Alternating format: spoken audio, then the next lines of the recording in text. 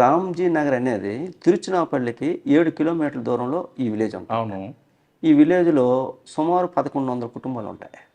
ఈ 1100 కుటుంబంలో ప్రతి ఇంట్లో కూడా ఆడవాళ్ళు తప్ప మిగతా వాళ్ళందరూ కూడా నేరస్తులే. ఆళ్ళ నేరస్తులంటే ఆళ్ళు ఒప్పుకోరాళ్ళు. హ్మ్. మా కుల వృత్తి అంటారు ఆళ్ళు. హ్మ్. ఈవెన్ దో ఎంప్లాయీ రిటైర్ అయిపోయిన తర్వాత కూడా కుల వృత్తిలో కలిసిపోతాడు. ఫర్ ఎగ్జాంపుల్ ఒక ఎంఆర్ఓ ఉన్నాడు, రిటైర్ అయిపోయాడు. రిటైర్ అయిపోయిన తర్వాత కూడా ఈ కుల మళ్ళొస్తాడు. ఈ కుల వృత్తిలో కలిసిపోతాడు. ఆ! ఇలాగా వెళ్ళాము. అది ఆ నేను నెల రోజులు ఉన్నాను ఆ విలేజ్‌లో. ఇక్కడ మన దగ్గర అఫెన్స్ మన దగ్గర అఫెన్స్ రావడానికి ప్రతి లక్ష అన్నాడు వచ్చి చేస్తాడు. ఎలా?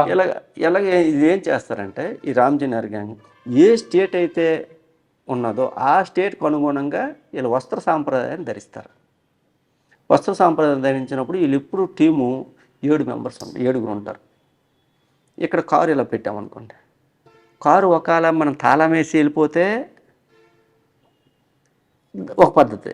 తాళం వేయకుండాను ఓనర్స్ బయటికి వెళ్తారు, డ్రైవర్ లోన్ ఉంటాడు. డ్రైవర్ లోన్ ఉన్నప్పుడు వీడు ఏం చేస్తాడంటే ఒకడొచ్చి కారు చుట్టూ కాస్తారు.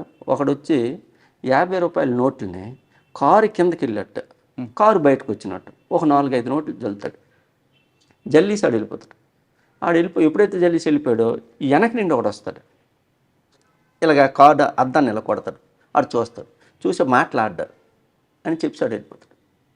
ఎప్పుడైతే ఆడు వెళ్ళిపోయాడో డ్రైవర్ దిగిలో చూస్తారు రూ. 50 నోట్లు కనిపిస్తాయి. అద్దం తీసి రూ. 50 నోట్లు బయట 2 తీసుకొని లోన్కి వెళ్ళేసరికి అట్నుండి ఒకడు వస్తాడు. అట్నుండి ఎప్పుడైతే కారు లాక్ ఓపెన్ అయిపోతుంది కదా, అట్నుండి వచ్చిన వెనకాతలు ఉన్న కారులో ఉన్న వెనకాతల కారు డిక్కీలు వెనక ఉంటాయి కదా, ఆ కార్ సీట్లు వెనక సీట్లో ఉన్న వస్తువులన్నీ కూడా పట్టుకెళ్ళిపోయిన తర్వాత ఇది రెడీగా ఎప్పుడు కూడా కంటిన్యూస్ టీమ్ అది. ఈ విశాఖపట్నంలో అలాగే 3 అఫెన్స్లు అయిపోయాయి. ఓల్డ్ గాజువాకలో అయింది, డైమండ్ పార్క్ దగ్గర అయింది, ఆర్కే బీచ్లో అయింది, విజయనగరంలో ఎన్సిఎస్ థియేటర్ దగ్గర అయింది.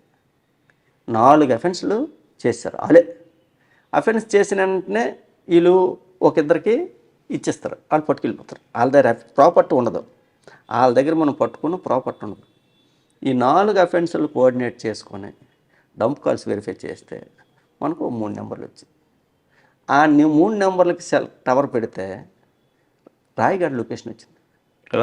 రాయగఢ్ రాత్రి 10 గంటల లొకేషన్ వచ్చింది మనకి. ఆఫీసర్ ఇచ్చి చెప్పాం, సార్ రాయగఢ్ లొకేషన్ వచ్చింది, బయలుదేరుతాం సార్ అని చెప్పాం. ఓకేనన్న. తెల్లారి 4 గంటల రాయగఢ్ చేరుకున్నాం. రాయగఢ్లో ఎంటైర్ లాడ్జీలు అవనాయండి, డార్మెంటరీస్ అవనండి, 42